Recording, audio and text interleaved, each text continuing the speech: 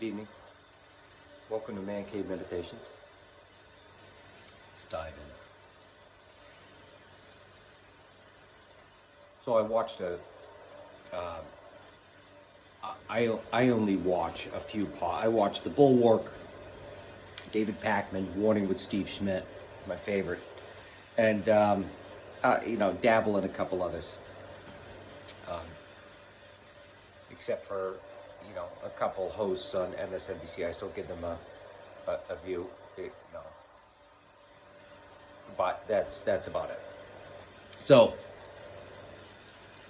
I was watching the past two conversations that happened on The Warning with Steve Schmidt, and I found that I was thinking on them both, and the first one, both great conversations, great patriots. The first was with Paul Rieckhoff, someone who, to my understanding, a veteran himself of the Iraq and Afghanistan wars, who spends his energy trying to get veterans into office. That was my basic, I'm sure a basic one, but that's my understanding of what he does. Yeah, sure, get more of them. I mean, what do you learn as a veteran? Just as someone who goes through the process of being in the armed service.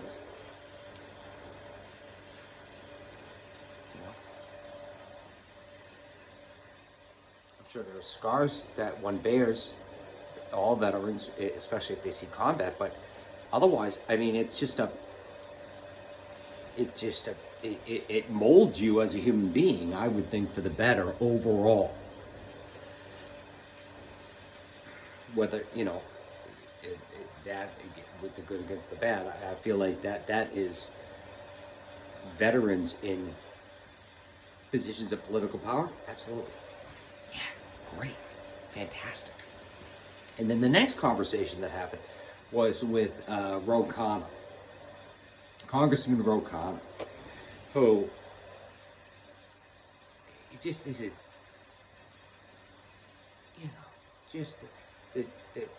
textbook just listening to him speak about his history.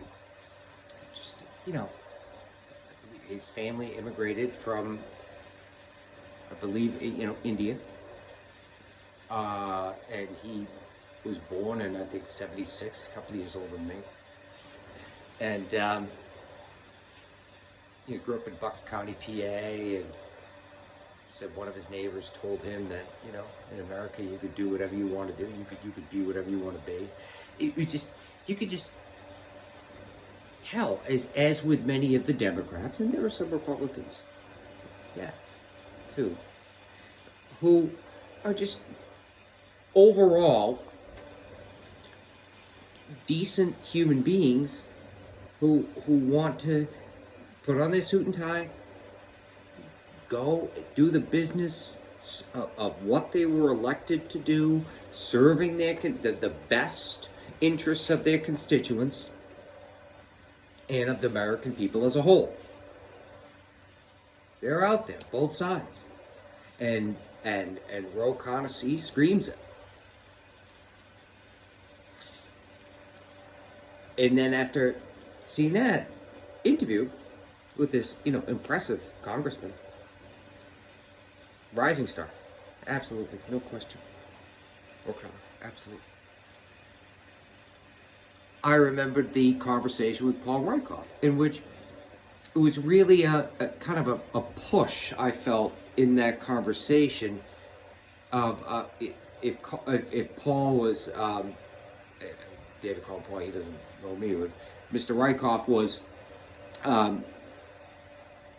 pushing forward was this idea of getting fresh water into the system of getting veterans in more of these roles, political roles, appointments, which I think is fantastic. And then looking at Ro Khanna, who, if you look at a man like that, And there are other, Jamie Rask, Hakeem Jeffrey. They're decent human beings. They are decent human beings trying to do the right thing. And I could keep going. On both sides, but let's be honest here. A lot of the Republicans have kind of gone downriver in terms of selling their souls.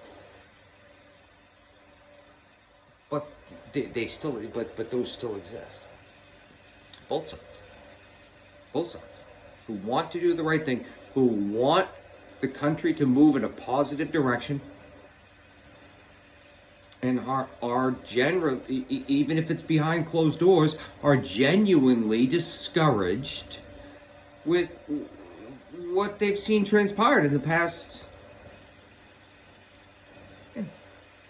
8, 9 years, 10 years.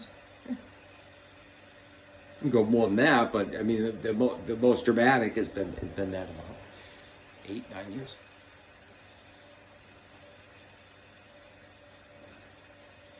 So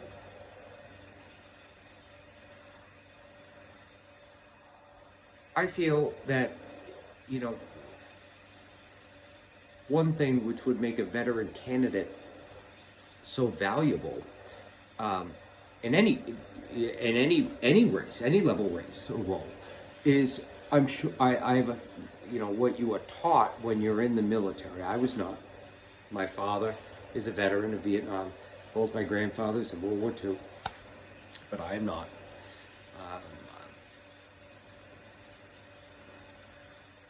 One of my regrets, but it didn't happen. But I would have liked to have experienced it as a part of it, big time. Anyway, one of the things that veterans have to go through is the ability to understand a situation as it's happening now. How are you, dealing with the situation as it's presenting itself now? How are you, especially in a combat situation? What does the situation need now from you, from your, group that you're commanding, your side, in order to defeat the other side, right?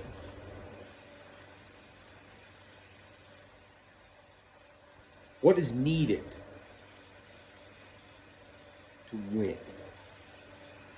What is needed for your side, your team, to do to win? And if we were to translate that entire, line of thinking to politics, Democrat, Republican, we only get the two parties right now. So talking independent is just, that's going to be a spoiler for a minute. But that doesn't mean that an independent couldn't run on the Democratic ticket. So if we speak about what needs to be done now, what does the present moment require now at this moment? Well, one would argue that a big part of Trump's overall appeal is because he's outside of the establishment, right? That was shown from his 2016 slaughtering of the Republican nominees that he primaried against. Destroyed them. I've spoken about this before. Slaughtered them. Knife through butter. Oof. Jeb Bush. Oof. Cut you in two. Never heard that. Some of these people, you never heard their names again. Slaughtered them so badly. I believe a lot of that was just taking someone outside the establishment And Ro Khanna is the establishment to a degree now. He's been a congressman for 8 years. And he's a great part of it. And you need that establishment. You need it. And that establishment should soak up all of the positions of government, at least in a positive way. You know, and you hope that the best people will get up top. But what I feel is the Democratic mistake in countering Trump hasn't been just to talk about Trump's lies, all the bad things he's done in his life, blah, blah, blah. Obviously, the American people don't give a shit about that. At least not enough to make a difference. Yeah.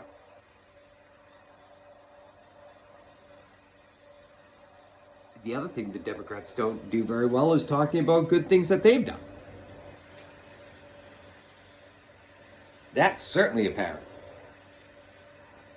And so you see DC, it's like it's a Democratic strong, it's like, 90% Democrat. Because, yeah, these people fight for the people. This party fights for the people. And it gets shit done. It knows how to govern. It cares. Not this clown car that's rolling through. That every time you have to have a CR to continue to fund the government, you've got like the Democratic pit crew coming out and putting new tires on the clown car. And talking to the driver, like, listen, you've only got to go like another half a lap. Can you make it? Okay. Republican clown car. Disaster. But they're right there. They want to do the right thing. Just like hopefully the Republicans, after they come out of this friggin' spell, however long that is, and at one point they wanted to do the right thing. It's not now. It's not now. And I'm not speaking for all of them, but as a whole, as a movement, it's not now. Which also must be acknowledged. So, very long story short, I feel strongly to counter Trump, and not just Trump, because it's more than Trump at this point. It is a movement. And that also must be acknowledged. It's not just about the man, it's a movement now. Which after he gets out of office, he will be the head of. For the remaining 50 years he lives. Longest living human being in whatever. You call it 25. Ripe old age of 104. Whatever. Anyway. For that remaining time, he'll be the patriarch of the party, of the movement, of MAGA. But there will be obviously others, which supposedly the plan is already. JD is going to run with Don Jr., and that's how the transition happens. That's how the primogeniture, the old English law, which required all of a father's, wealth and possessions and land and everything to go to the firstborn son. Same shit will happen. Especially since he's a Jew. And so, this clown car is going to keep going. And what I fear the Democrats are going to do is they're going to reach into their old bag and they're going to pull someone out. I mean, Newsom could combat them, but I don't see that national. They're going to look at him as a California guy. And that's what the right's going to come against him. What I'm trying to get at is that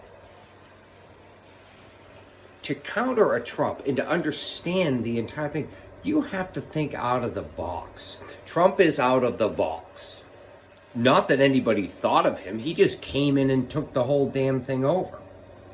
But to counter him and the movement that is sprung up behind him, I believe some major out-of-the-box thinking has to happen. And that's looking at the fact that you have people like Ro Khanna, Hakeem Jeffries, these will be all, they don't have to be president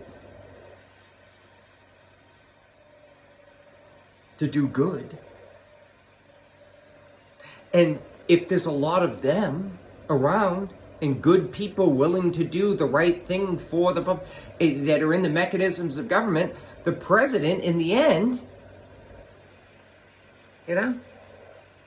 needs to, look good, speak well, have a high level of morality, good sense of humor, empathy, compassion. Did I say speak well?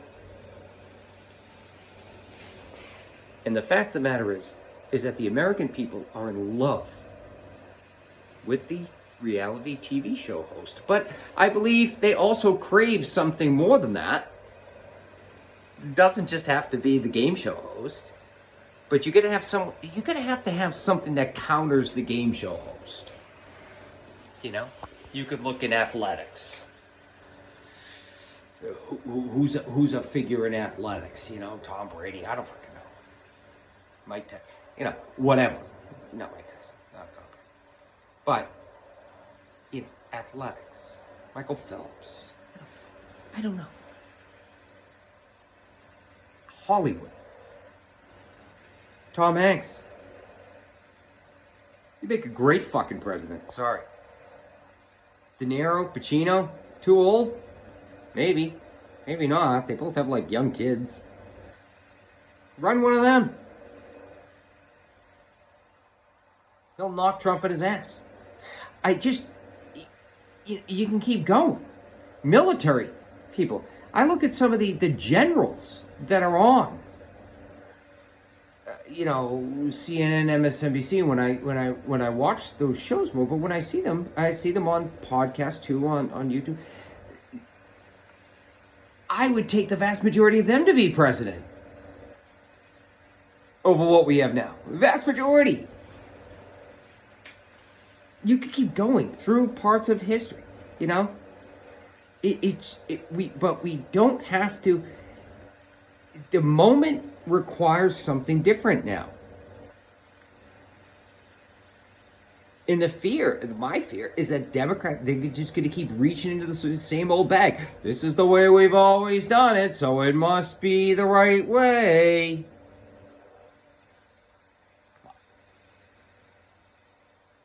You know the saying.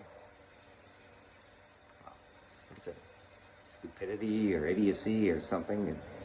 Insanity is doing the same thing again and again and expecting a different result. I'm sure I butchered that, but anyone who's familiar will know what I'm talking about. So don't do that.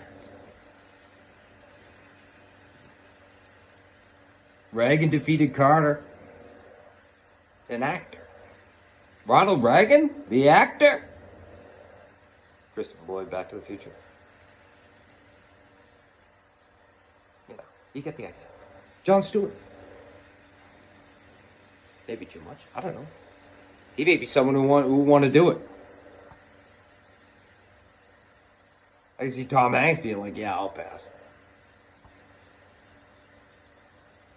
Jon Stewart would probably do it. I think he would do a good job. He would learn. He'd fly off the handle once in a while, and like LCC or something. He would, he'd cause a ruckus, but I don't think it would be a bad ruckus. It would just be kind of a ruckus. And you have so many people around you. You have, there's only so much, unless you were really hell-bent on it,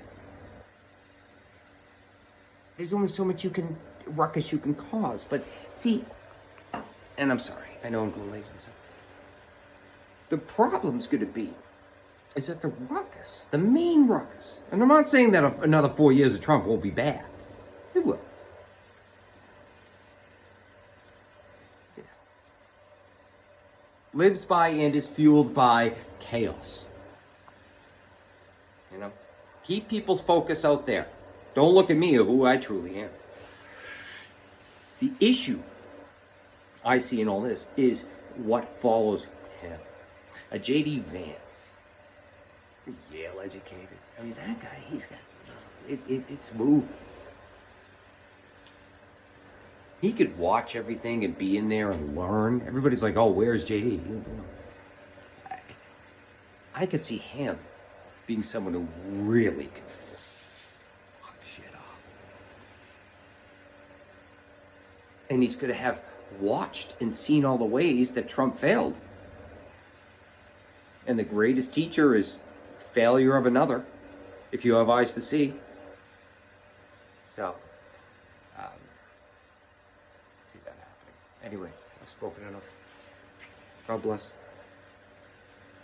And Merry Christmas.